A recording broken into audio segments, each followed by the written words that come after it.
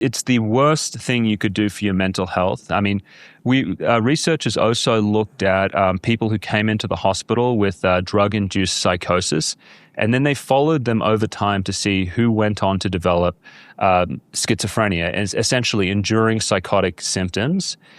And the drug at the top of the list was cannabis. It wasn't methamphetamine. It wasn't LSD. It wasn't cocaine. It wasn't all of the drugs that people think are worse.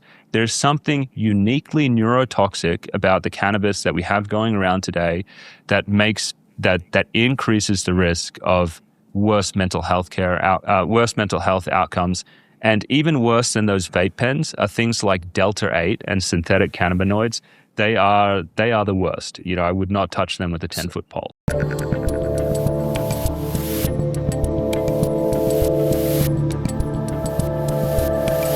So what would you say to the average, let's say, young adult who's dealing with the stresses of life, work stresses, relationship stresses, they're staring at the phone all day, just like the basic stuff of life. Maybe they've got some family stuff, but it's within whatever the sort of general parameters would be, and they just can't get out of it. What do you think is the right road to go down before you go down the road of these drugs?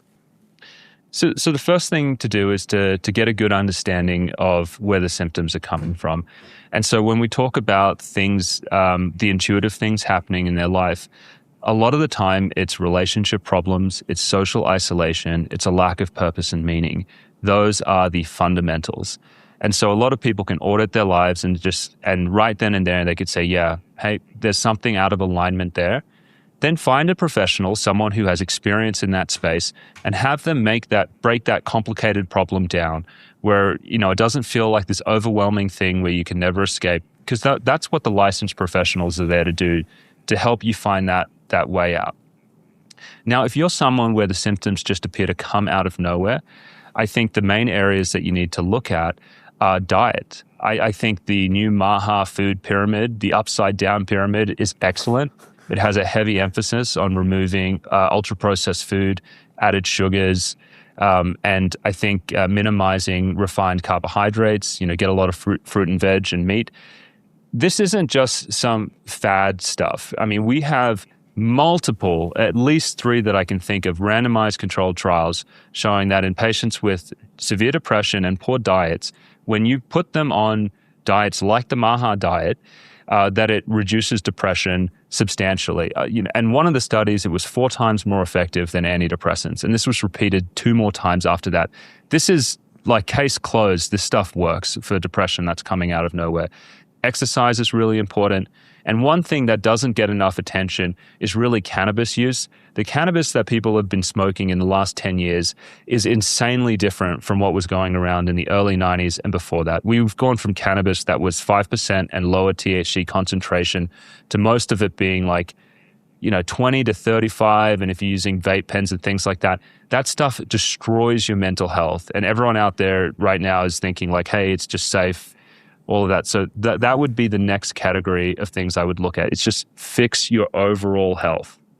In what sense is the cannabis part of it destroying the mental health? Is that just like people are paranoid? Like you just think of like the stoner that's paranoid about stuff? Or is it like a series of things? Well, I think it's actually directly neurotoxic based on the data that I've looked at. So, so the background rate of schizophrenia in the population or a psychotic break sits at around 1%.